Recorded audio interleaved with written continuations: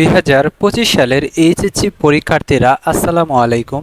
স্বাগতম জানাচ্ছি বাংলাদেশ শিক্ষা বার্তার নতুন একটি ভিডিওতে। তোমরা যারা 2025 সালে এইচএসসি পরীক্ষা দিচ্ছ তাদের খাতা দেখা নিয়ে দারুণ একটি সুখবর আজকে তোমাদের জানিয়ে দিব।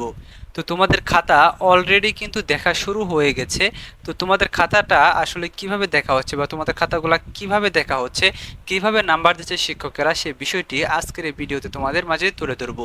কাজেই তোমরা যারা ভিডিওটি দেখতেছো অবশ্যই প্রথম থেকে শেষ পর্যন্ত দেখার চেষ্টা করো এবং আমাদের চ্যানেলটি যারা এখনও সাবস্ক্রাইব করো নাই অবশ্যই শিক্ষা সম্পর্কিত সকল তথ্য, তোমাদের এইচএসসি পরীক্ষার সকল সাজেশন, পাশাপাশি পরীক্ষার পর তোমাদের ইউনিভার্সিটিতে ভর্তির এ টু জেড ইনফরমেশনগুলো আমাদের চ্যানেল থেকেই তোমরা পেয়ে যাবা।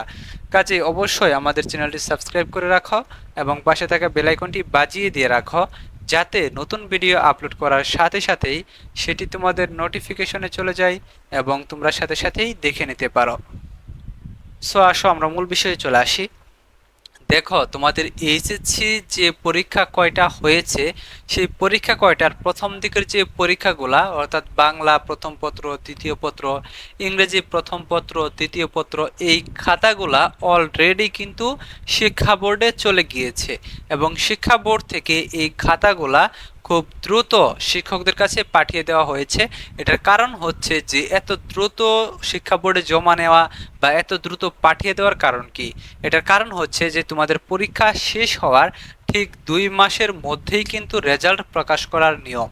এখন তোমাদের পরীক্ষা শেষ হওয়ার ঠিক 2 মাসের মধ্যে এত গোলা খাতা, তোমরা লক্ষ লক্ষ শিক্ষার্থী পরীক্ষা দিচ্ছ, এই 14 লক্ষর মতো শিক্ষার্থী তোমরা পরীক্ষা দিচ্ছ, এত গোলা শিক্ষার্থীর পরীক্ষার খাতা তোমাদের দেখা প্রত্যেকটা বিষয়, তাহলে চিন্তা করে দেখো যে তোমাদের সাবজেক্ট কয়টা, যে যে কয়টা সাবজেক্ট ওই কয়টা দিয়ে 14 লক্ষর যদি গুণ করো তাহলে দেখো তোমাদের 1 কোটির কিন্তু উপরে হয়ে যায়, মানে 1 কোটির খাতার উপরে হয়ে যায়। এতগুলো খাতা কিন্তু টিচারদের দেখতে হবে এবং খাতা দেখার পর এই রেজাল্টগুলা আবার পুনরায় কিন্তু গুছিয়ে তারপরে কিন্তু তোমাদের রেজাল্ট শিটটা তৈরি করে তারপরে রেজাল্টটা প্রকাশ করবে। এর জন্য কিন্তু বিশাল একটি সময়ের প্রয়োজন। এজন্য তোমাদের প্রথম দিকের যে পরীক্ষাগুলা, যেমন ধরো বাংলা, ইংরেজি, এরকম প্রথম দিকের পরীক্ষাগুলো আইসিটিও হয়তো বা তোমাদের পরীক্ষার যে শিক্ষা বোর্ড রয়েছে সেই শিক্ষা বোর্ডে হয়তো গিয়ে জমা হয়েছে, কিন্তু বাংলা প্রথম পত্র এবং ইংরেজি প্রথম পত্র, বাংলা দ্বিতীয় পত্র এবং ইংরেজি দ্বিতীয় পত্র খাতাগুলো কিন্তু অলরেডি শিক্ষকদের কাছে কিন্তু পাঠিয়ে দেওয়া হয়েছে এবং শিক্ষকরা কি কি বিষয়গুলো লক্ষ্য রেখে খাতাগুলো দেখছেন সেই বিষয়টি তোমাদের মাঝে শেয়ার করি। তো তোমরা অনেক শিক্ষার্থী অনেক ভুল করেছ, তো এই ভুলগুলো তোমরা করেছো কোনা, কি কি কারণে তোমাদের শিক্ষকেরা নাম্বার কম দিবে বা কি কি কারণে তোমাদের নাম্বার বাড়িয়ে দিবে, সেই বিষয়গুলোও কিন্তু আজকের এই ভিডিওতে আলোচনায় থাকবে। তো দেখো তোমাদের যে খাতাটা সেটা কিভাবে আসলে তোমাদের শিক্ষা বোর্ডে চলে যায় অতি দ্রুত, সেটা আগে বলে নিই।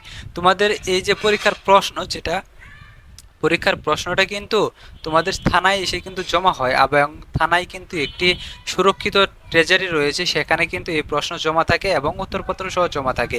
যখন পরীক্ষাটা শেষ হয় তখন এই খাতাগুলো আবার পুনরায় সেখানে গিয়ে জমা হয়। একদিনের মধ্যে বা একদিন পরে বা দুইটা পরীক্ষা মিলে একসাথে সেই খাতাগুলো কি তোমাদের শিক্ষা বোর্ডে চলে যায়, পুলিশ পাহাড়ের মাধ্যমে শিক্ষা বোর্ডে চলে যায় এবং শিক্ষা বোর্ড সেগুলা প্রক্রিয়াকরণ করে এক শিক্ষা বোর্ডের খাতা আরেক শিক্ষা বোর্ডে পাঠিয়ে দেয়। সেখান থেকে তোমাদের আরেক শিক্ষা বোর্ডে যে টিচাররা রয়েছে সেই টিচাররা কিন্তু সেই খাতাগুলো কিন্তু দেখে থাকে। তো খাতা দেখার সময় শিক্ষকেরা কি কি বিষয়গুলো লক্ষ্য রাখেন তোমাদের বলে দিই। তো তোমাদের যে পরীক্ষাগুলো, বাকি পরীক্ষাগুলো রয়েছে, এই পরীক্ষাগুলো তোমরা এই বিষয়গুলো লক্ষ্য রেখে দিবা। তো দেখো তোমাদের যখন খাতাটা যখন দেখে তোমাদের প্রথমে একটা টিচারের নজর কোথায় থাকে, তোমাদের হাতের লেখা কেমন হয়েছে। তো প্রথমে তোমাদের হাতের লেখাটা যাদের সুন্দর রয়েছে তাদের কিন্তু নাম্বার দেওয়ার সম্ভাবনা কিন্তু অনেকটা বেশি থাকে টিচারদের। তারপরে লক্ষ্য করে যে তোমরা ক নাম্বার এবং খ নাম্বার, সৃজনশীলের ক নাম্বার এবং খ নাম্বার কিভাবে লিখেছ।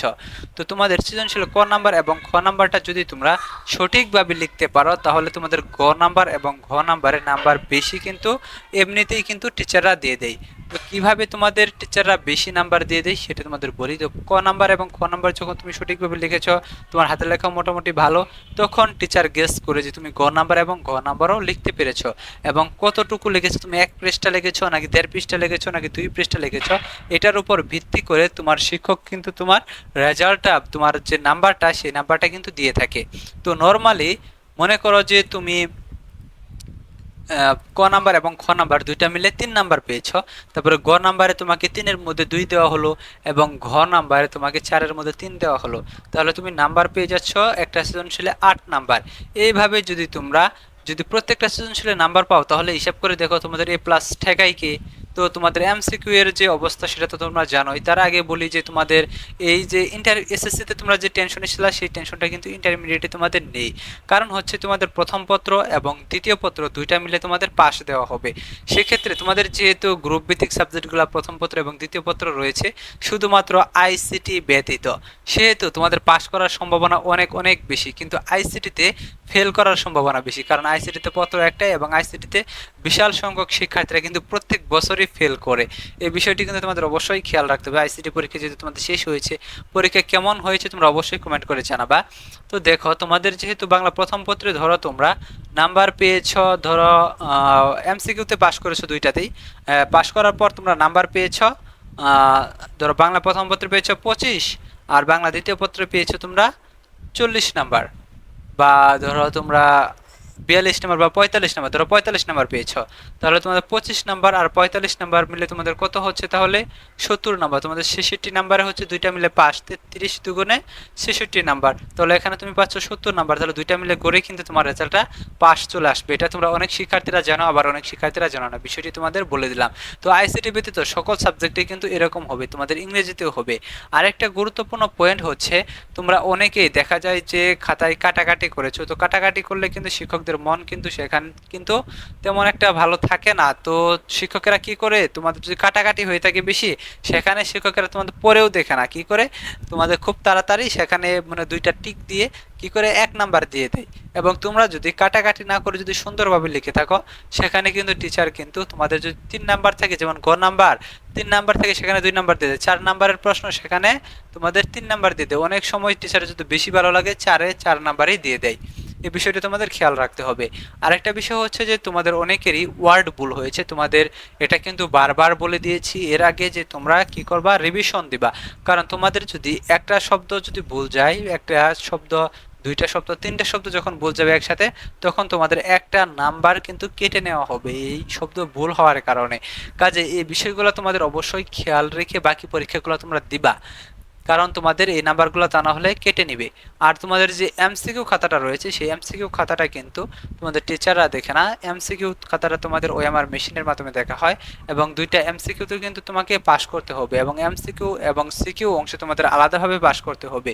এর জন্য শিক্ষার্থীরা ফেল করে কিসের জন্য, সিকিউতে কয়জনে আর ফেল করে, এমসিকিউ এর জন্য কিন্তু শিক্ষার্থীরা ফেল করে। ধরো তোমরা 14 লক্ষ শিক্ষার্থীর মধ্যে যদি 5 লক্ষ শিক্ষার্থী ফেল করে, সেখানে দেখা যাবে 4 লক্ষ শিক্ষার্থী ফেল করেছে কিসের জন্য, এমসিকিউ এর জন্য। এটা আসলে তোমাদের অবশ্যই জানা উচিত। কাজেই তোমাদের এমসিকিউটা কিন্তু বেশি প্রাধান্য দিয়ে তোমাদের পড়তে হবে, বাকি পরীক্ষাগুলোতে এমসিকিউটা তোমরা বেশি প্রাধান্য দিবা।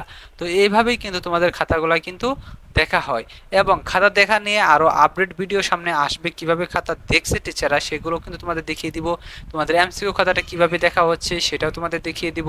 তোমরা অনেক গুরুত্বপূর্ণ ইনফরমেশন, গুরুত্বপূর্ণ আপডেট কিন্তু আমাদের চ্যানেল থেকে কিন্তু তোমরা পেয়ে যাবা রেগুলার। কাজে আমাদের চ্যানেলটি সাবস্ক্রাইব করে রাখো এবং পাশে থেকে বেল আইকনটি বাজিয়ে দিয়ে রাখো, যাতে নতুন ভিডিও আপলোড করার সাথে সাথেই সেটি তোমরা দেখে নিতে পারো এবং তোমাদের এতে কিন্তু অনেক উপকার হবে। তোমাদের অন্য কোথাও কিছুই খুঁজতে হবে না, সবকিছু তোমরা আমাদের চ্যানেল থেকেই পেয়ে যাবা। ধন্যবাদ সকলকে পুরো ভিডিওটি দেখার জন্য।